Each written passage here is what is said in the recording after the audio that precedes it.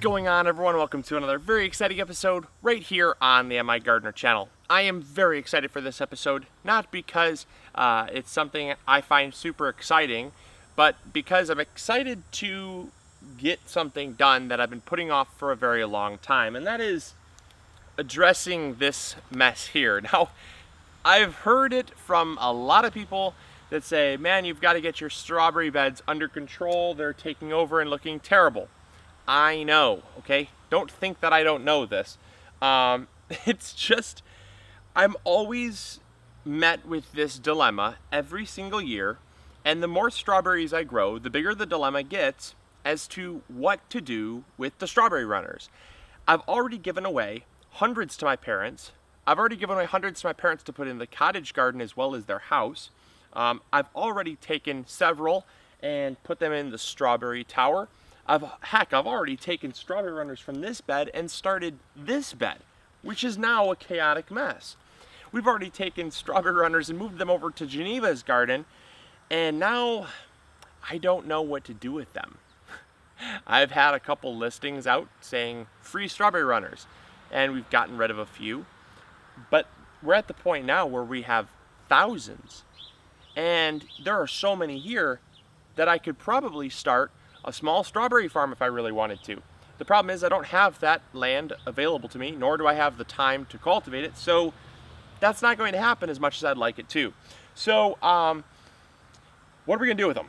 Well, unfortunately, we're gonna clip them out, and I think we're gonna compost them. I'm pretty sure that's what we're going to do with them. Now, I can hear people shrieking all over the world. That's fine. I completely understand. But the thing is next year, we'll be met with the same dilemma that we are this year. So it's just unfortunate, and it's a reality. But I came out here today to start doing some maintenance. I was pulling out some summer crops. You could probably still hear the cicadas. It's unreal how hot this summer has been. And that's part of the reason why I have really been putting off a lot of these projects, is because I really haven't been able to get outside and actually enjoy the garden. It's pretty hard to believe that somewhere in there is a walkway. Yep. Strawberries are amazing, they're delicious, but they are so invasive. And I really have nothing other to say than be careful when you plant strawberries. Just be careful. Don't plant more than you actually need, because within 3 years you're going to have 20 times more than you need. So this is a mess. So all I'm going to do, a lot of these runners have already rooted. As you can see, they're beautiful. I just so wish that I had the land to start a strawberry farm, but then a strawberry farm would turn into two strawberry farms within a season. It's just, it's a good problem to have, and that's why I filmed a video not a little while ago, a long while ago, called one strawberry plant to feed the world, or feed the world with one strawberry plant is what it was called. And it really was based on this concept of, you have one strawberry plant, and that plant produces 3 runners. That plant, then you root those runners, and you have 4 plants, and those 4 plants produce 3 more runners, and you can see how fast you end up being able to feed the world. So but yeah, all these are rooting. They're so beautiful. I mean, I just wish I had a place to put them. I mean, look at how gorgeous that is. That's gonna fruit next year. It's so nice and mature. That root system is gorgeous, but I just don't have the space. So we'll set some on the side, some real pretty ones, but I can't guarantee I'm gonna be able to do much with them, to be honest. I always have this dilemma. It's just so difficult for me to do. But what I've been doing is coming along here and pretty much taking this little cascade of runners, gathering them up in my hand and just kind of clipping them. As long as they're not in the mulch spreading, they can stay in this bed here.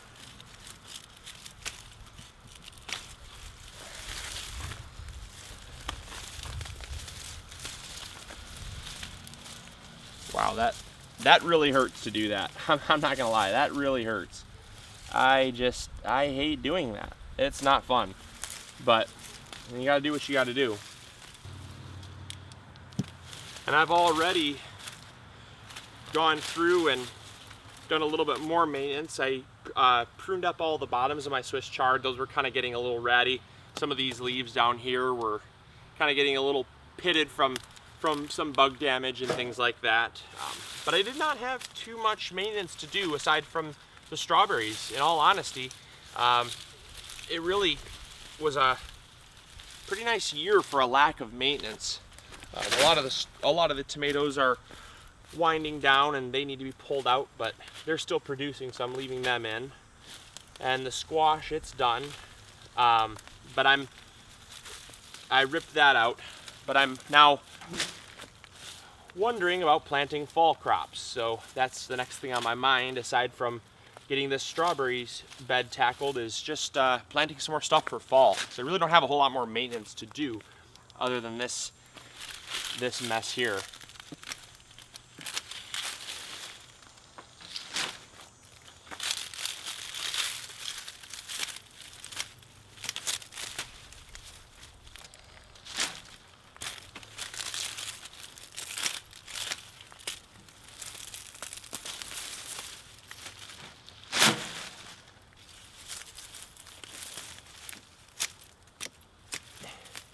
And now the question is probably going to come up, well, what about them sprouting in the compost pile? Well, you really don't have to worry about that too much, because once you remove a strawberry plant from the mother plant, it's got some roots, but if those roots don't end up in soil in this temperature weather, probably 30 minutes or so, these will be toast. They just won't survive. The root fibers will be all dried out and the plant will die. So, it's not a big concern of mine, but I'd rather give food back to my garden than to throw it out.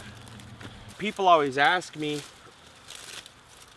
when they're first starting out their garden, Luke, how many plants should I plant for a family of 2 or 3 or 5 or however many people they're looking to feed? It's a very common question with garden planting, and it's a little easier with a plant like a tomato or a cucumber, where the yield is very predictable, or it's at least somewhat very predictable, and also it's a plant that dies at the end of the year. It's very difficult to give an estimate with perennials that spread. Things like asparagus or strawberries are a good example, or even small fruit trees. People ask, how many fruit trees should I plant for a family of 3? Like, well, don't plant how many you're going to need for the first year, because that fruit tree might not even fruit the first year. So a lot of people want to get as much as they're going to need to feed their family that first year.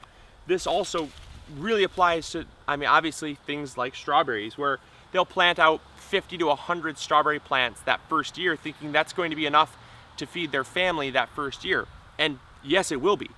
But then the second year, third year, fourth year, as it multiplies by double, if not triple, every single year, it becomes overwhelming, and it actually becomes more than you'll ever need, leading to waste. And so I always caution people, don't plan for that first year. If you're growing something that spreads or growing something that gets really large and matures, do not plan for that first or even second year to feed everyone that you need fed. Make it a long-term investment to properly plan. We made that estimate for our family of 3 when we first put in this bed. We put in 30 plants, and by pretty much 2 years later, we have thousands of plants. And that's not even a joke. Thousands of plants. Each one of these runners has sometimes 3 or 4 other side runners. So those are all extra plants that we just have to throw away, because we're already at our max production for what we eat. We actually were able to put strawberries in the freezer this year. So, and that's just with 2 beds. So just keep that in mind. I get asked that all the time, and I cannot heed you enough to just be very, very careful about that.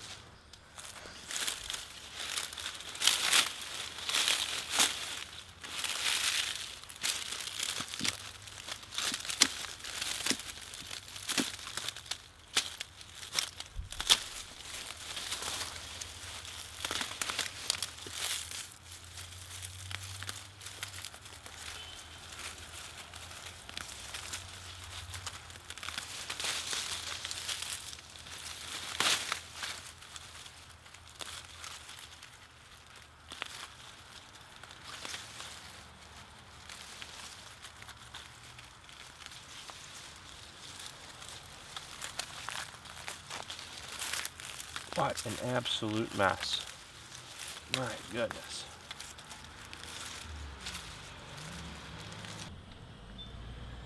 All right, 1 hour later, and that is a lot of strawberry plants. By any rough estimate, that's close to 5,000 strawberry plants right there. Each plant produced on average around 5 to 7 runners per plant. I saw some that had 10 or more. It was unreal how many runners some of those strawberries had.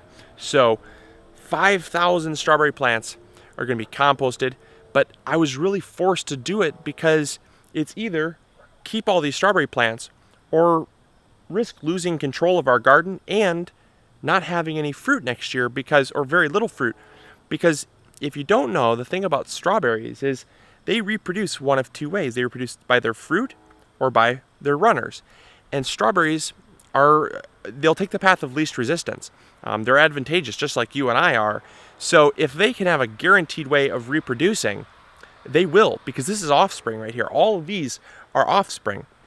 Rather than spreading around fruit, where if the fruit is consumed and dispersed, through the digestion process, the seeds are dropped by maybe a bird or another animal. They might not drop where it's viable. So a strawberry plant will much rather put out runners rather than fruit. And that's why it's very important to continue cutting those runners. Otherwise, year after year, the mother plant will simply nurture these runners rather than produce fruit for you. So it was a great job done. I'm just so glad it's done. That was a long, very hot process. So I'm glad it's done. Just glad it's done. So I hope you all enjoyed. I hope you learned something new. I'm going to get these to the compost pile, and we'll catch you all on the next episode. All right. Catch you guys later. Remember to grow big or go home. See you guys. Bye.